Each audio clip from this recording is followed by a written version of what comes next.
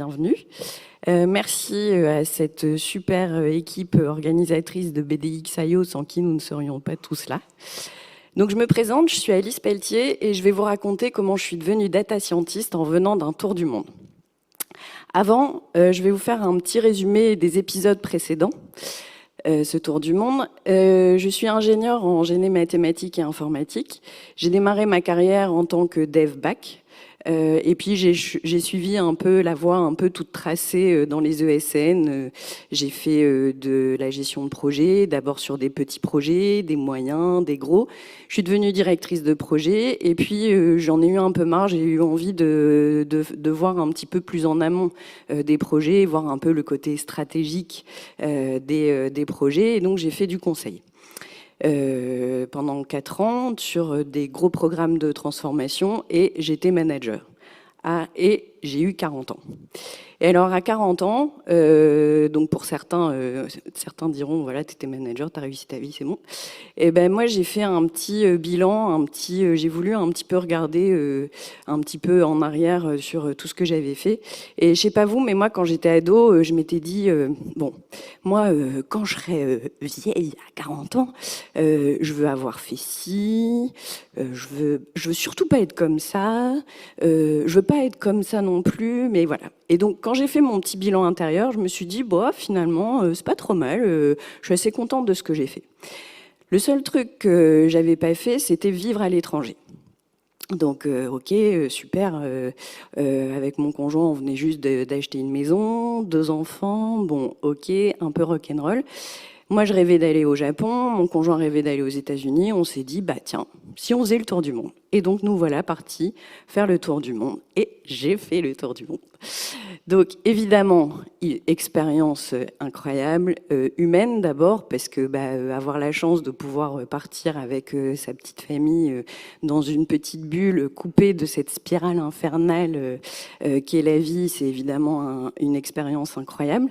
Évidemment, la découverte de pays, donc, tous différents, de cultures différentes, c'était vraiment extra et une super expérience.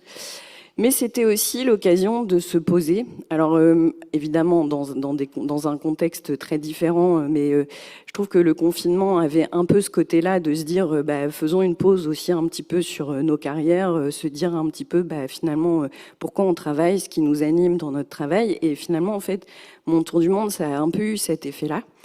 Et petit à petit, donc à Tokyo, je suis allée visiter le musée Mirekan. Donc c'est le musée de la technologie de Tokyo, où il y a ce fameux robot qui joue au foot tout seul, animé par des algos de data science derrière. Donc déjà, je commençais ça me titillait un petit peu. Et puis, on est arrivé à San Francisco. San Francisco, c'était les tout débuts de la reconnaissance vocale avec Alexa qui venait d'arriver. Et je suis allée visiter le Computer Museum à San Francisco, où évidemment, là, j'ai retrouvé Adolphe Place, enfin les grands noms du code. Et j'avais vraiment quelque chose qui me disait en moi, ça manque le code. Et je repensais à ma dernière mission où j'étais sur un gros programme de transformation et je pouvais pas m'empêcher de faire des macros pour envoyer des mails parce que j'avais besoin de coder, quoi. Je me suis dit, je crois qu'il me manque un truc là quand même. Et donc depuis San Francisco, j'ai passé un entretien pour ma mission qui m'attendrait en revenant. Et j'ai décidé de rester au 4/5e. Et sur mon 5/5e, je ne savais pas encore quoi ni comment, mais je voulais refaire du code. Donc c'était bien beau de dire je vais refaire du code, mais j'avais pas forcément envie de revenir dev back, etc. Et donc j'ai cherché un petit peu sur internet et j'ai trouvé donc la théorie du métier de data scientist. Et en théorie, ça cochait un peu toutes les cases de ce que je voulais, parce que je voulais quand même continuer un peu tout ce qui était management, pardon, pas management du tout, challenge des besoins métiers, comprendre un peu pourquoi je faisais les choses. Je voulais évidemment refaire du code, et je m'étais dit, tiens, les maths, ça me manque aussi, donc ça pouvait être aussi sympa. Donc j'ai animé un peu mon réseau et donc on m'a dit il y a une formation qui est extra donc sur Coursera.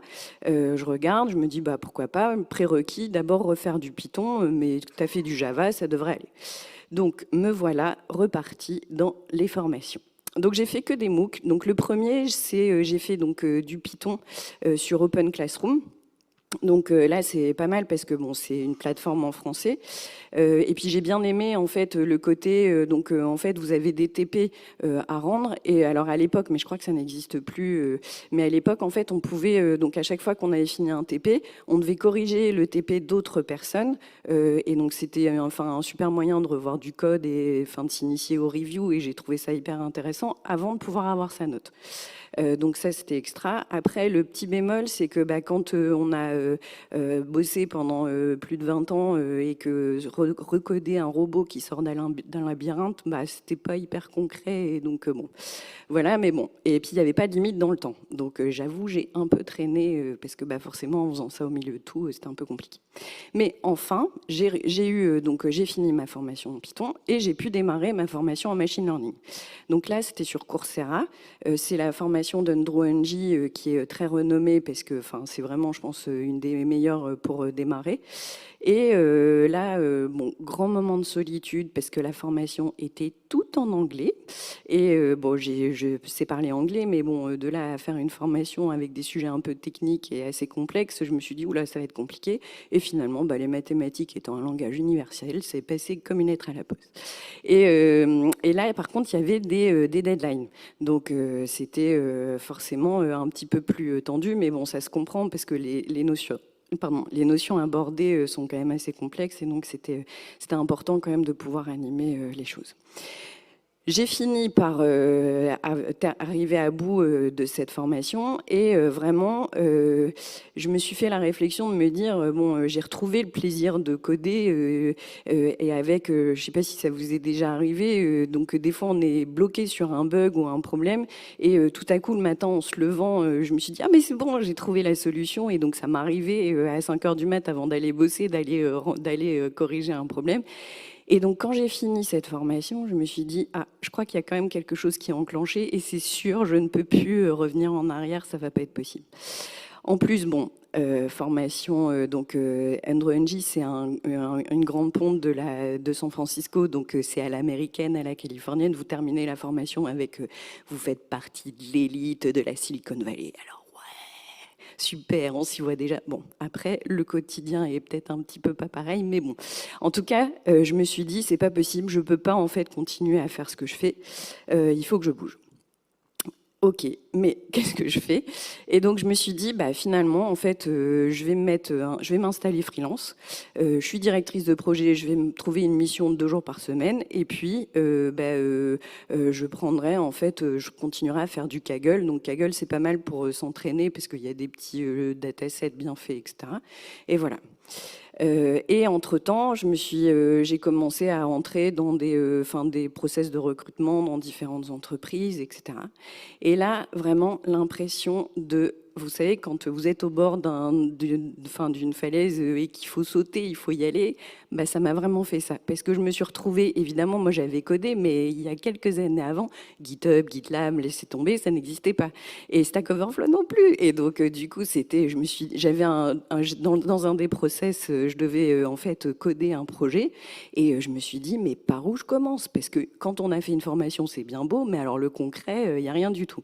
Et donc, je vous avoue que j'ai passé quelques nuits blanches et ça n'a pas toujours été facile, mais j'y suis allée et je suis hyper contente parce que j'ai réussi à faire, Stack Overflow est évidemment devenu mon meilleur ami et j'ai réussi à atteindre des process de recrutement et à produire des projets quand même qui tenaient la route.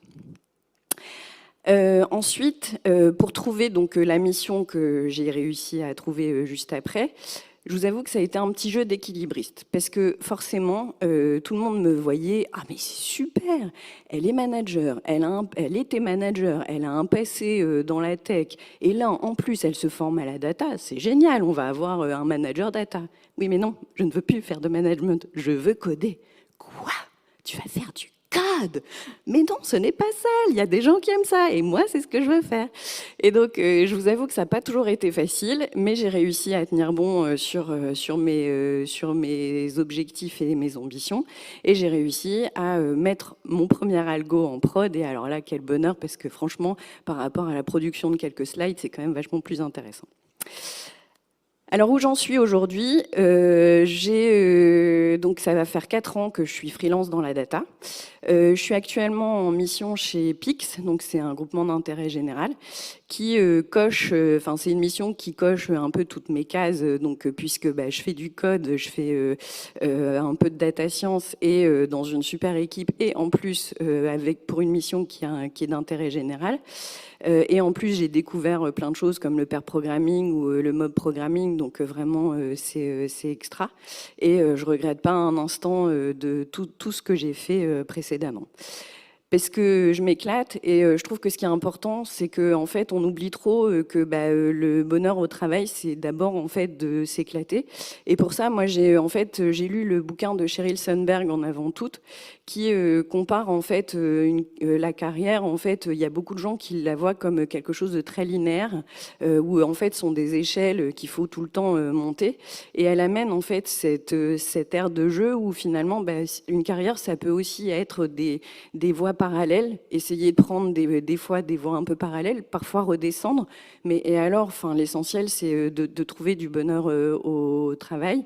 Et donc, moi, c'est en tout cas, c'est ça qui m'anime. Donc pour terminer, si je vous ai raconté tout ça, c'est d'abord pour vous montrer que c'est possible.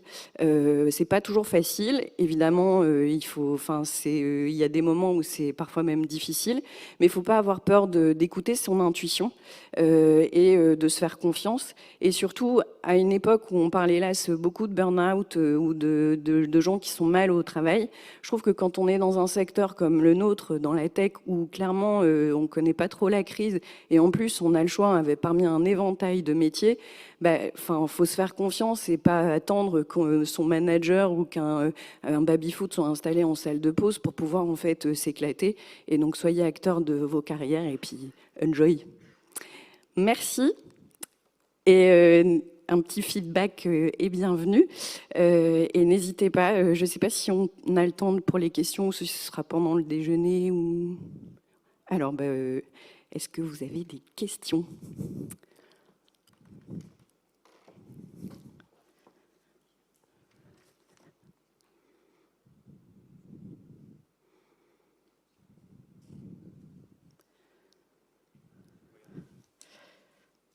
Ah, il y en a une, deux. Là.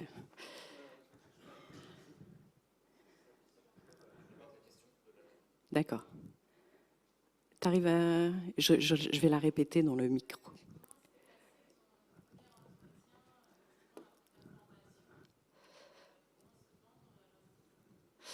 En fait, j'ai été assez transparente sur tout mon parcours et j'ai pas hésité à dire que, en effet, je démarrais, mais que j'avais pas peur. Et donc, le fameux entretien où je suis arrivée avec mon projet technique, les gens étaient impressionnés parce que, ils ont trouvé ça courageux.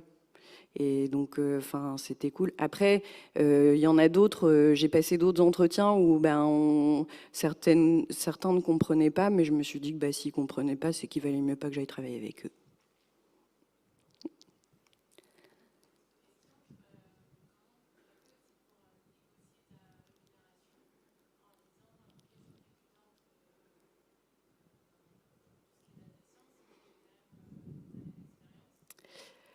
Il faut que je répète la question. Donc la question, c'est comment j'ai fait pour ma rémunération, forcément, puisque j'étais débutante, mais en même temps, j'ai de l'expérience. Donc l'avantage, en fait, sur tout ce qui est data analyse, data science, c'est que, je fais pas que de la data. Il y a quand même tout le côté, en effet, analyse et challenge un petit peu des besoins. Sur ma première mission, clairement, en fait, j'étais moitié data scientist et moitié, on m'avait demandé d'écrire les principes directeurs de la data dans une grosse entreprise française. Et donc, forcément, j'avais en fait un peu ce mix qui passait, en fait, qui permettait de passer un petit peu mieux.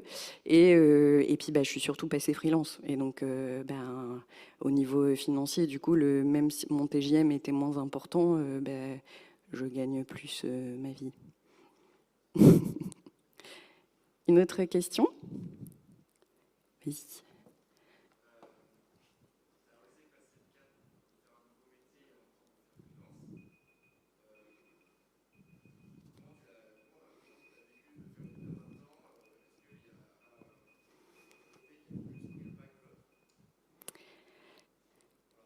Alors la question c'est en gros comment j'ai fait pour gérer le fait de sortir de ma zone de confort doublement en changeant de métier et en changeant de statut.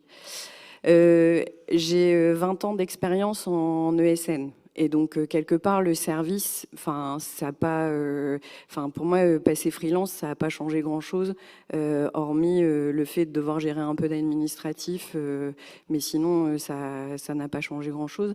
Après, c'est clair que passer freelance juste en début de carrière, je pense que c'est un peu rock'n'roll parce que c'est pas mal aussi de connaître un peu les codes, de comment ça marche, passer un entretien, ne serait-ce que connaître, avoir une idée un peu des TJM et après avoir un peu de réseau, parce que forcément ça passe quand même par ça, quoi.